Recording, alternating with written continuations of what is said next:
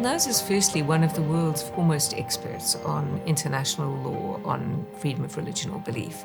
She's had a 30-year academic career where she's supervised over 100 master's or doctoral dissertations and been an incredible mentor to the rising generation of religious liberty and human rights scholars. She's been out on the forefront, standing with the persecuted, advocating for their rights. She's the right person at the right place to be leading the charge at the United Nations. There is an endless list. It feels like an endless list when I try to think of them, of the different processes, organisations, meetings that she has been involved with over the years. Well, Naz is a star. She combines head and heart. She isn't someone who, when she's asked to speak, just comes in, makes her speech and leaves. She'll stay for the day so she can talk with us, listen to us, and guide us in our work. She has been an outstanding scholar, but she has also the empathy with real people because she endured persecution based on religion or belief from a young age. Her family had to flee Iran when she was a child. It was during the Shah's period, so before the revolution, where the intensity of persecution against Baha'is really built up and has persisted ever since. You know, I had one friend whose uncle was tortured in prison and later executed, and another whose brother was put in prison.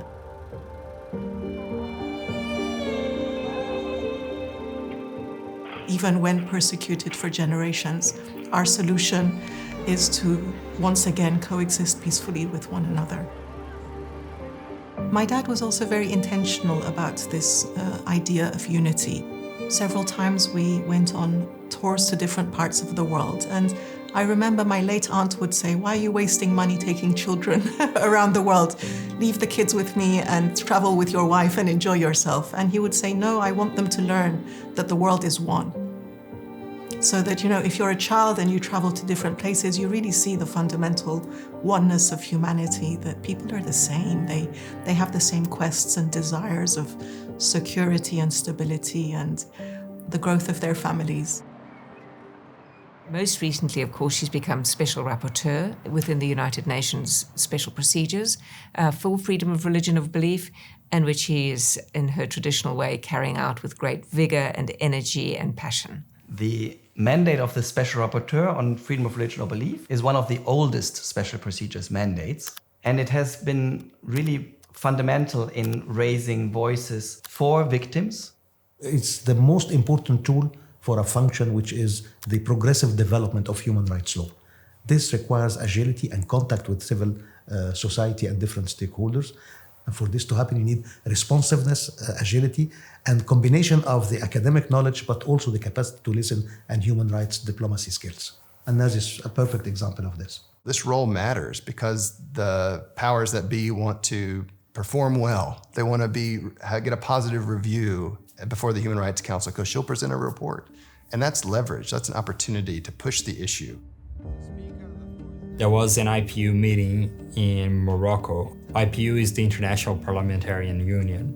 And in that meeting, with more than 200 delegates from several countries, she was invited to speak as the Special Rapporteur. Sometimes in these conferences, every delegation, every state, every actor says how wonderful things are in their country. Yesterday was very moving in reflecting the commitment, the good faith, and the interest of all of us for love, unity, peace, and understanding. And some of the actors who spoke have really very problematic freedom of religion or belief situations. And I just thought, we need a reality check here. I also have my prepared speech, but you have emboldened me to start with the personal. According to my supreme leader, I am impure and I'm dangerous. You should not mix with me. You should not visit me in my house, and you should certainly not have the tea that I may serve you. According to the laws of my country of origin, my late father was an apostate who deserved to be killed because he changed his faith. I have been unable to visit my country of origin for 44 years. And this Sunday, I will remember 10 women who were killed 40 years ago in the city of my birth, Shiraz. When we look around us, in every society without exception, there are violations happening on the basis of religion or belief. By bringing her own experience, she forced everyone else in that discussion to be more frank, to be more open about their own perspectives, and challenged parliamentarians who can change legislation to do more in their own countries to protect human rights.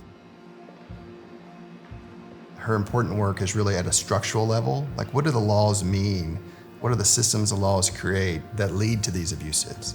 And she has the intellectual firepower, the deep knowledge to understand what needs to be changed in a legal environment to create that space to defend those believers or non-believers. There is her deep sense of humanity and compassion, but also her, should we say, intellectual rigor that she brings to the role and the ability to combine those two in a way that is just simply convincing. It's just difficult for people to argue against what they have to say when there is such passion coupled with such accurate understanding of the law. For those who hold their religion dearly, they are prepared to sacrifice all of their rights in order to stand up for the truth of this one. It's an enormous privilege to be able to hear from people regarding religion or belief, and it's a unique opportunity to be able to echo it, mirror it, transmit it, and communicate it at the international level. It's the opportunity of engaging every state, small or large, and to bring freedom of religion or belief to the core of the human rights movement.